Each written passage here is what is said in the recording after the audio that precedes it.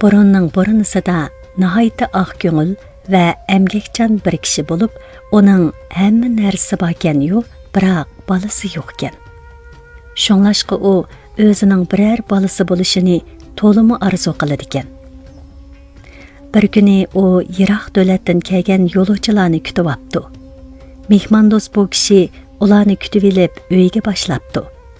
Ayoli bo'lsa oshxonaga kirib, taom sharoblarni tayyorlabdi. Keyin u kishi har doim mushundaq mehmon kutib oladigan bo'pti. Bir kuni butun kun mehmondo'st bu odamning uyiga hech kim kelmabdi. Bu kishi yo'lga chiqib qarab beqibdi. Navoda yo'lovchilar bo'lsa boshlab kirmoqchi bo'pti. U nihoyatda uzun saqlagan bo'lsa-mu, qorong'u tushgacha biror yo'lovchining soyasini ko'rolmabdi. Uning ko'ngli nihoyatda yerim bo'pti. Endi uyga qaytay deb turganda, tuyuqsiz qorong'u ko'chada bir yashangan odamning ketayotganligini ko'rib qopti. Yashangan odam bu kishining oldiga kelib so'z echibdi. Balam, tinchlikmi? Voy, marhaba tag'a. Bundaq kechda sirtqa chiqib qoplig'i. Uyimda qo'nib mangamla. Ha, rahmat balam. Yashangan odam nihoyatda xushal bo'pti. Hamda oq ko'ngil bu kishining uyiga kiribdi. Uyga kirgandan keyin ayol xo'jayinimi nihoyatda xushal bo'lib, yanglarini turib, taomga taraddud qilibdi. Yashangan kishi taomlarni yeb, qo'sig'ini to'yg'izgandan keyin sahibxondan so'rabdi. Ha, bolarim, kuninglar qanday qaraq? Sizlarga nima lozim? Qandaq talabinglar bo'lsa, etsanglar bo'ladi. Turmushimiz nihoyatda bayashat jo'ngdada, debdi ayol xo'jayin. Uyimizda nima desangiz tepildi. Biroq shu bola yo'q. Allay naqshisini anglaydigan balam yo'q. Ha, mundaqkanda, ko'nglinglarni yerim qilmanglar, debdi yashangan kishi. Sizlar cho'qim bolaliq bo'la olaysizlar. Ikkinchi kuni atiganda yashangan kishi nihoyatda baldir o'rnidan turib, mengishga tayyorlanibdi. Sahibxonlar uni yezining eg'izigacha uzatib chiqibdi. Xo'shlashadigan vaqtda yashangan kishi xurjinidan qip-qizil bir olmani chiqarib, mehmondo'st kishiga beribdi. Balam, mana buni ep qiling. Uyga kirgandan keyin 2 parcha qilib, xotiningiz bilan yermini yangla. 9 oydan keyin u sizga bir o'g'il tug'ib beradi. Uning bir alohidligi bo'ladi. Ya'ni peshonasida yulduz bor. U cho'ng bo'lgandan keyin dunyodagi eng qo'rqmas azmat bo'ladi. Mo'ysbet qilichini elib so'zlabdi. Mana bu qilichni sizga beray. Uni yaxshi asrab, bolangiz 20 yoshga kirganda uningga bering. Lozim bo'lganda qilish o'zligidan g'ilipidan chiqadi. Navoda bolangizdan boshqa biri qilishni g'ilipidan ajratsa, o vaqtda o'g'lingiz hayotidan ayriladi. Endi heliqi eshib qolgan olmaning yermini 12 parcha qilib, 12 etingizning har biriga birdan yegizing. Ularning orasida bir ot qo'lunlaydi. Uning peshonasida bir mungizi bor. Siz uni cho'qim obdan asrab beqing. Uni keyin bolangiz minadi. Xo'sh, shundoq bo'lsin balam. Amisa aman bo'linglar. Mehmondo'st kishi uyga qaytgandan keyin Mo'ysbetning topshiriqi bo'yicha qipti. 9 oydan keyin degandek peshonasida yulduz bor bir o'g'il farzandlik bo'pti. Peshonasida mungiz bor qo'linmi dunyoga kelibdi. O'g'il kundan kuniga cho'ng bo'lib, hashpash tugicha 20 yoshga kirib, tog'larga chiqib o'g'laydigan. Har kuni uyga o'g'ligan bug'a, böken qatarlıqlarını əkildiğən bo'pti. Hatta bir qitim yo'g'on iyiqdan birini o'lab uyga ilib kepti. Bir kuni mahallada shahardagi bir kuchtingurning odamni qo'rqitadigan kuchi borligi to'g'risida gap tarqalibdi. O kuchtingur bir kuchapla ikki taqini so'ndirib yetalaydi ekan. O'g'il bu gapni anglab, atisiga o'zining shaharga kirib, bu palvonni ko'rib baxmoqchi bo'lganligini aytibdi. Ha, bo'g'in bolam, mengishdan burun ot eg'iliga kirib, o'zingga bir ot tanlab olgin. Yosh Azimat eg'ilga berib, bir atning quyrug'idan tutqanicha beshidan cho'rgilatib sirtqa etibdi. Arqadan yana bir atning quyrug'idan tutib cho'rgilatib sirtqa etibdi. Shunda qilib 3-chi, 4-chi, 5-chi atlarni sirtqa etib, biror atnimi yaratmabdi. Uyda yaxshiroq ot yo'qmi? deb so'rabdi Azmat atbaqardan. Baba, albatta bor. Qandoqsiga yo'q bo'lsin. Avu peshonasida mung'izi bor ot medlit eti. Odam tepidi, tishlaydi. Bundoq otni minish va ishiltish mumkin emas. Azmat peshonasida mung'iz bor otning yeniga kepdi. Uning quyrug'ini tutib ko'makchi bo'lib, mediriltolmabdi. Ha, to'g'ri. Men dal mushundoq otni izlayotgan. debdi Azmat. U atqa minib, ota-onasi bilan xo'shlashibdi. Ota o'g'lining otni minganligini ko'rib, ichi-ichidan xo'shal bo'lib, o'g'liga qilishni berib, heliqi mo'ysib topilgan gaplarni yetkizibdi. Azmat otasining qo'liga so'yib xo'shlashgandan keyin sabriga otlanib, bir mezgil yo'l yurgandan keyin shaharga ketdi. Bu dal heliqi taqini sundira oladigan kuchtungur palvon turadigan shahar ekan. Azmat bir to'mirchilik do'konidan u palvonni tepibdi. Ikkimiz kuchsinishib baxmamdiq. Bo'ladi. deb ma'qul bo'pti palvon. U yangi ot taqisidan ikkini ilib, bolkini parchalagandek parchalab yetibdi. Bu vaqtda Azmat 3 taqini ilib, birli tiniq bilan parcha-parcha qilib yetib, xuddi o'ynashgandekla ishni tugitibdi. Heliqi palvon shu yerdala uningga yukinib, Men uttirdim. Siz mendan kuchlikansiz. peshonasida yulduz bor Azmat etini minib, boshqa yerdagi palvonlarni izlab, sinash qilib mengibdi. U uzun yo'l yurib, har qaysi joylardagi palvonlar bilan elishib, hammasini yengibdi. Shu vaqtda u yiroq yerdagi tog'da bir palvonning borligini, uning hozirgacha uttirib baxmaganligini anglabdi. Azmat ana shu tarafga qarab yo'l olibdi. U taqqa kelib, chitloqning ichidagi ap-aq bir uyni ko'ribdi. Eti chitloqdan bir sakrabla o'tibdi. Bu vaqtda uydan biri etilibla chiqib, "Hey, uyimda nima izlayapsa?" deb vaqirabdi. Azmat pichqini chiqarib, havoda o'ynatib, shamolni kesibdi. Dushmani tuyuqsiz kayniga yenibdi. Chunki u pichoqni va peshonasida mung'izi bor otni ko'rgan ekan. U darhol Azmatning oldiga keldi. "Mehmon, men uttirdim. Dunyoda sizlarga teng keladigan Botir Azmat yo'q. Hozirdan boshlab sizlarning qullari bo'lay." Peshonasida yulduz bor Azmat pichig'ini g'ilabqa silib oq uyga kiribdi. Ayol chakarlar hashpash tugicha mo'l taomlarni tayyorlab, uni kutibdi.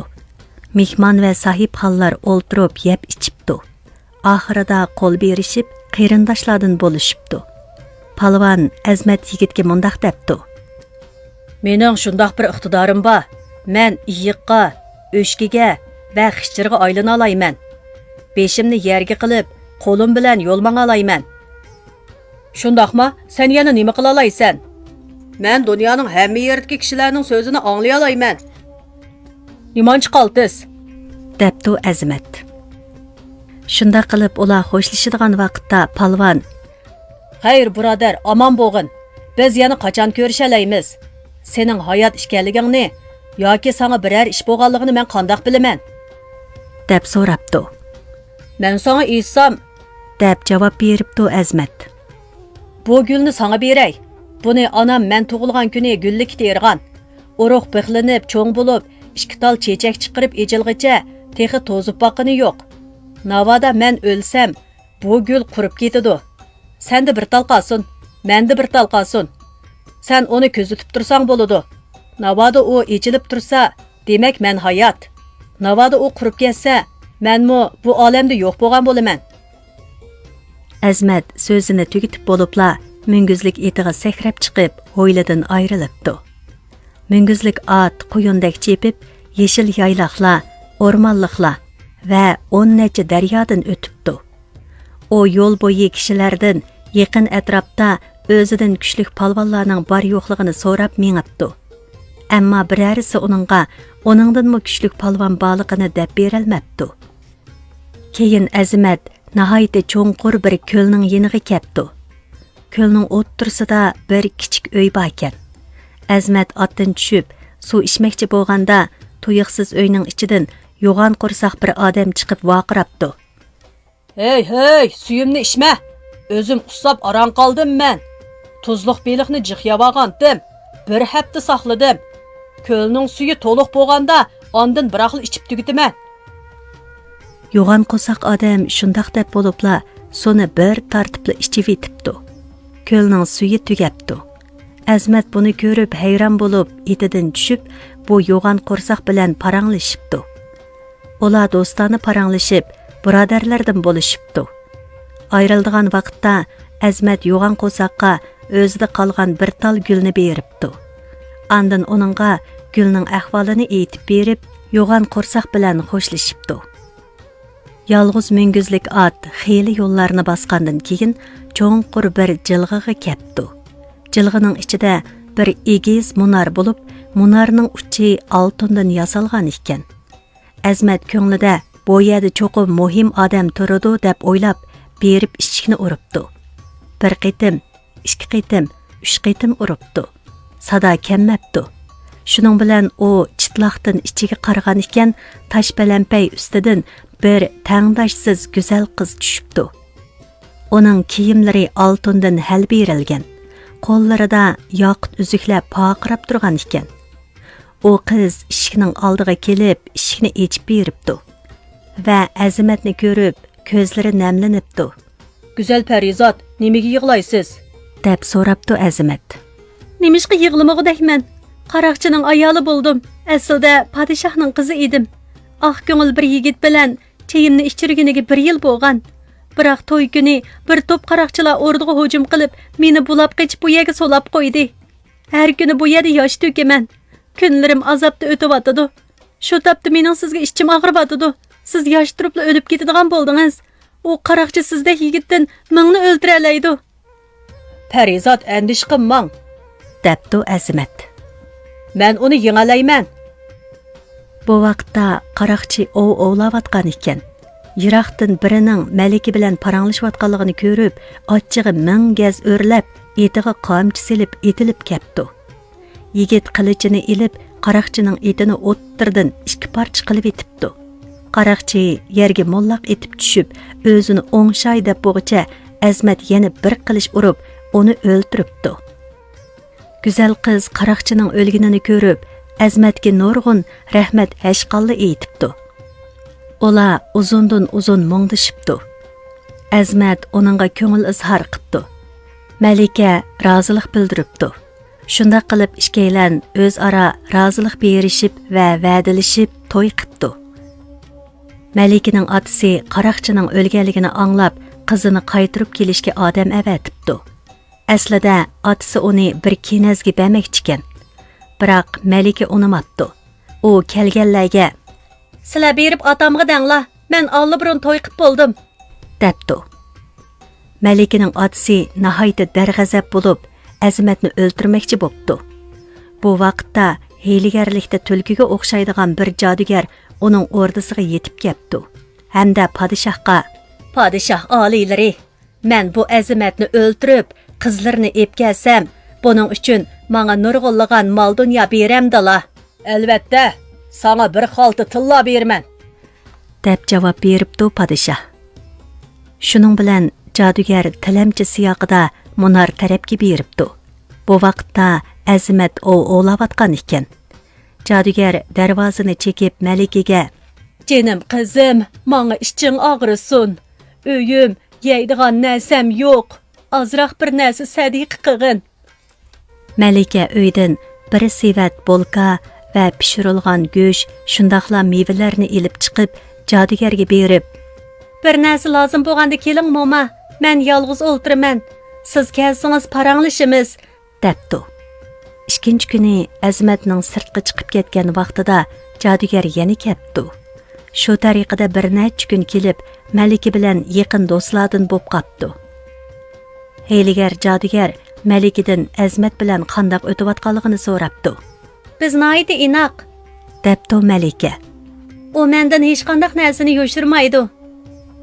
Meningcha natayin jo'mu. debdi jodugar. Er kishi degan har qanday ishni ayol kishiga deyishi natayin. Masalan, siz uningdan hayotlik sirining nimaligini so'rasangiz, u hargizmi deb bermaydi. Nimishqa bundaq deysiz? U cho'qim menga deydi. Ondaqda siz sinab beqing. U demdi demamdi. Kech bo'lganda Azmat qaytib kelibdi. Malika tamoqni elib chiqib, uning yonida beshini sangilatib o'ltiribdi. Bir ish bo'ldimi? deb so'rabdi Azmat. Siz mendan nimani yoshirdingiz? Sizdan nimani yoshiribdiman? Undaqda men nimishqa hozirgacha sizning hayotlik siringizni bilmayman. Navoda bu sirni sizga davatsam, ishkilimiz saqlamaymiz. Sizdan o'tinib qalay, menga deb bering bo'lamdi. debdi ayoli yig'lab turib. Azmatning Malikaga ichi og'rib, uning ko'z yoshlarini surtibdi. Yig'lamang, debdi Azmat. men deb bersamli bo'lmadimi? Mening sirim dal belikimdagi qilishda. Qilishni o'zim g'ilipidan chiqarsam hech nima bo'lmaydi. Agar boshqalar g'ilipidan sug'urib qolsa, o vaqtda men shu an o'laman. Mana bu mening sirim. Lekin siz buni boshqalarga hargiz deb qo'ymang. Ikkinchi kuni jodugar bu sirni bilib olibdi. Chunki Malika sir saqlashni bilmaydi ekan. Kech bo'lganda jodugar mushukka aylanib, Azmatning karvatining ostiga kirib olibdi. Azmat qaytib kelib, belidagi qilishni yeshib uxlabdi. Jodugar karvatning ostidan chiqib, qilishni sug'urib elib, panjaradan tashlab etibdi. Qilich ko'lning ichiga tushib ketib, Azmatning tiniqimi to'xtabdi. Atsi Malika uyg'onib, yo'ldishining tiniqdan qolganligini ko'rib, qattiq yig'labdi, qaqshabdi. Jodugar padishahning oldiga xabar elib ketibdi. Tashyurak padishah kuy o'g'lining o'lganligini anglab, bir qo'shinni Malikani elib kelishga avatibdi. Qo'shin endi darvozaning oldiga kelishiga yolg'iz munguzlik ot sakrab chiqib, qo'shin bilan tirkishib, biror cherikni mo yiqinlashqili qo'ymabdi. Bu vaqtda Azmatning heliqi qo'l berishgan birodarlari Gulning to'zg'anligini ko'ribdi. Azmatga xatar yetibdi, debdi ular. Bütün dunyodagi kishilarning gapini anglay oladigan palvon qo'liqini yerga yoqqanda Perixonning padishahga qilayotgan gapini anglab qapti. Men qilishni g'ilobdan chiqarishimg'ila uning nafsi to'xtadi. Qilishchi, uni ko'lning ichiga tashlab etdim. Asta, debdi birinchi palvon. Aslida oshu xotin qaslab tikanda, o jodugar, berib akamizni qutqizayli. Birodarlar yo'g'on bir qarchig'iga minib ushqinicha munarning oldida to'xtab, ko'lning oldiga kelibdi. Yo'g'on qo'saq odam bir tinibla ko'lning suyini ichib bo'pti. Ko'lning ostidan paqirab turgan qilish ko'rinibdi. Ikkinchi palvon qilishni ilib Azmatning uyiga beribdi. U g'ilobni ilib qilishni o'rniga sep qo'yibdi.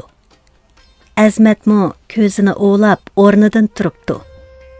Bu vaqtda Azmatning eti yanala padishahning qo'shuni bilan tirkishayotgan ekan. U biror cheriknimi o'tkazmabdi. Azmat o'rnidan turgandan keyin qilichini g'ilipidan chiqarib, odul hoyliga yugurib chiqibdi. U qilichni shiltib dushmanlariga uribdi. Dushmanlar har tarafga qechib, mushukka uchirgan chashqandek bo'lib ketibdi. Azmat ularni o'ltirmay, padishah bilan qiyri jodugarni asir qilibdi. Yavuz padishah zindonga tashlanib, jodugar tegishlik jazosini tatibdi. Shuningdan keyin Malika bilan Azmat birlikda umrning oxirigacha xushal-xuram va baxtli yashapdi.